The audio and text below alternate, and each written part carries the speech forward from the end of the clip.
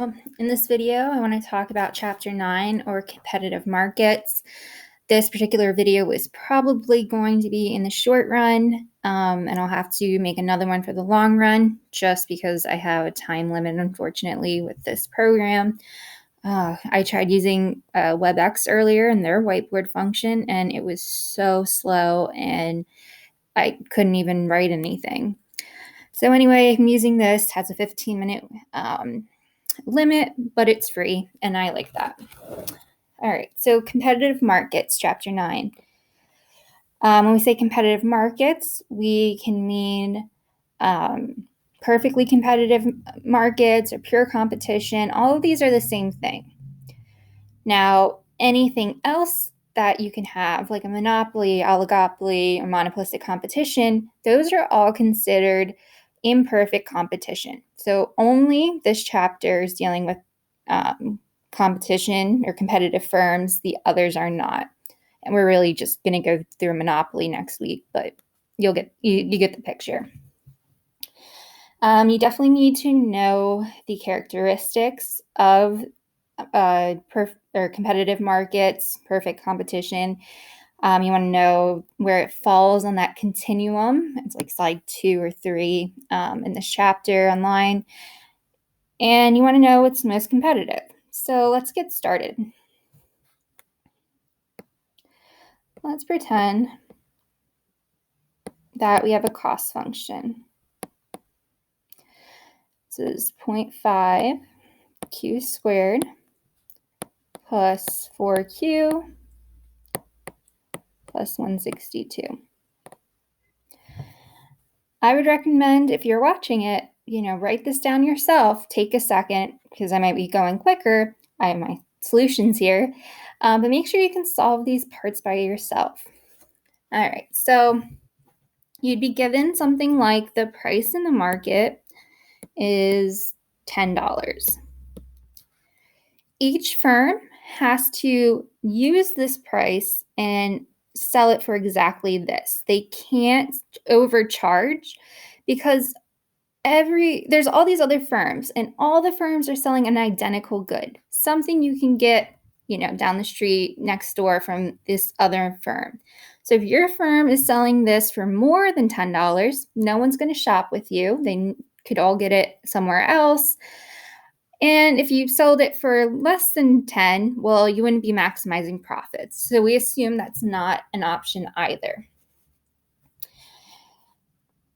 For both monopolies and competitive markets, we're going to be using what sometimes we call in economics called the golden rule, where we want to set marginal revenue equal to marginal cost.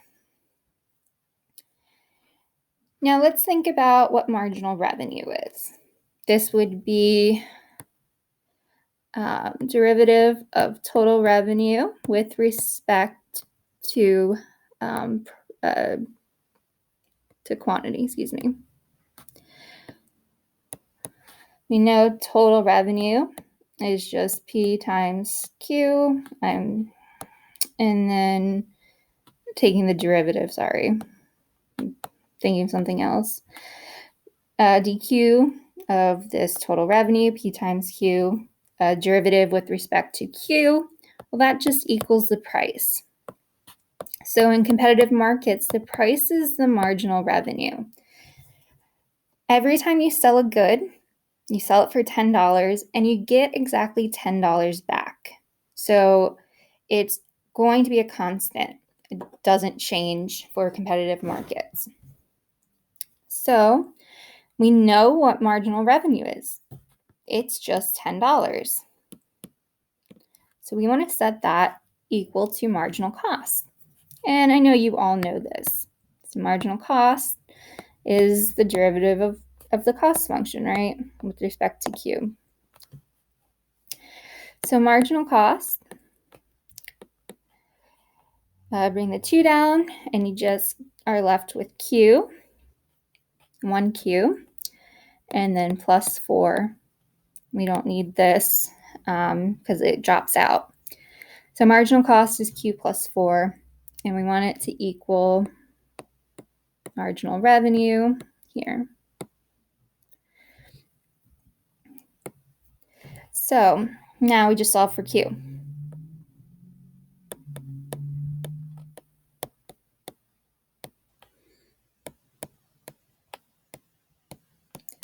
Well, that says we should sell 6 units when the price is 10. And that's pretty simple, right? So the only other thing you'd have to do would be finding profits, or to find profits. Profits always total revenue minus total cost. And I'm not going to go through it now because we're going to be going through it later on in this example. But, you just find total revenue, price times quantity, and subtract the total cost at this quantity, 6 units. So you're plugging in cost, Q equals 6 into the cost. I said total cost here. It's the same thing. In my intro class, they use total cost instead of just cost. So I just recorded a video for them and getting this next up. All right. So that tells us we're selling 6 units. Now let's go to this. We're using the same example, but instead of given the price, this might ask for finding the firm's supply for this market.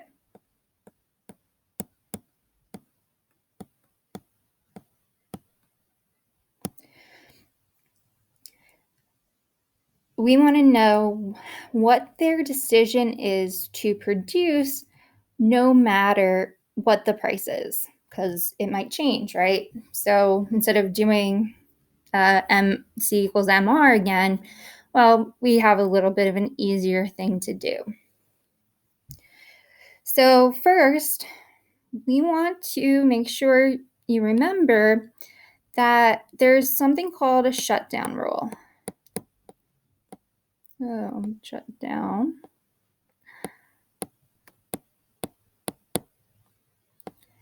Because profit can be negative. And sometimes if it's too negative, we should just shut down for at least a little bit and not worry about being in this market. If things continue to be like this, we might exit altogether. So if we shut down, that just means we're not going to sell anything. So Q0.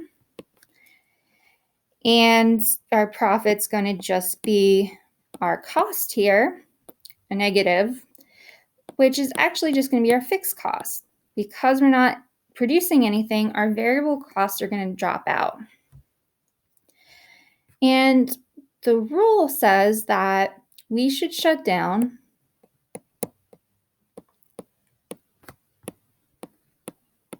whenever the price is less than the minimum average variable cost. So that lowest point on the curve. And that's a constant, or that's always the case. So to find this price, the shutdown price, well, we first need to remember what average variable cost is. It's just the variable cost, the part that has a Q in it from the cost function, and I'm using the same example from before, and we just divide by Q.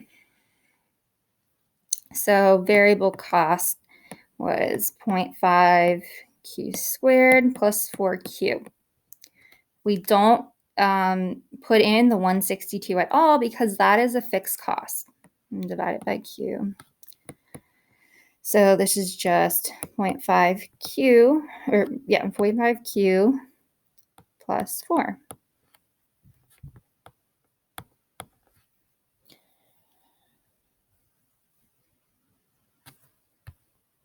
Now, since this is a linear curve, something like this, for average variable cost, we can kind of cheat a little bit, not cheat, but this makes everything a little bit easier because the lowest value is when Q is just 0. You can also find this by setting the marginal cost curve equal to the average cost, or the average variable cost, excuse me, marginal cost equal to average variable, you'd still get the same answer. So the quantity for shutdown always happens here when, it's just 0. And so we just want to plug that in to this average variable cost.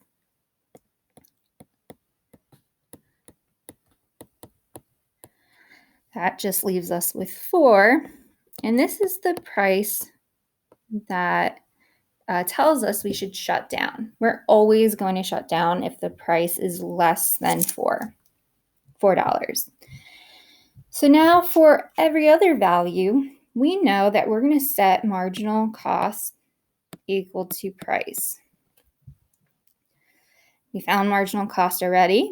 It was Q plus 4. And you want to set that equal to just P, because again, we're considering all values of price, not just $10. And we should solve for Q.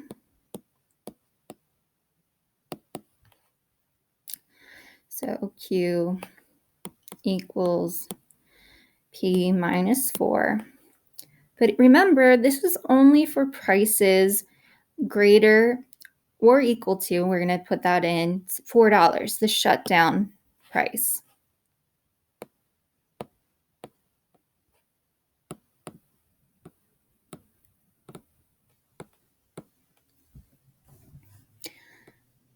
So we're just including equal to here, just to give it one home.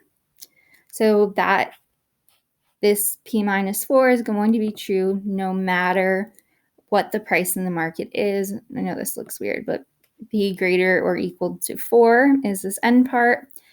And then if it's less than 4, we're not going to produce anything. And a lot of times we put these squiggly lines to just show that it depends on two things, or well, there's two situations here where we could have different supply. But this is the firm's supply function.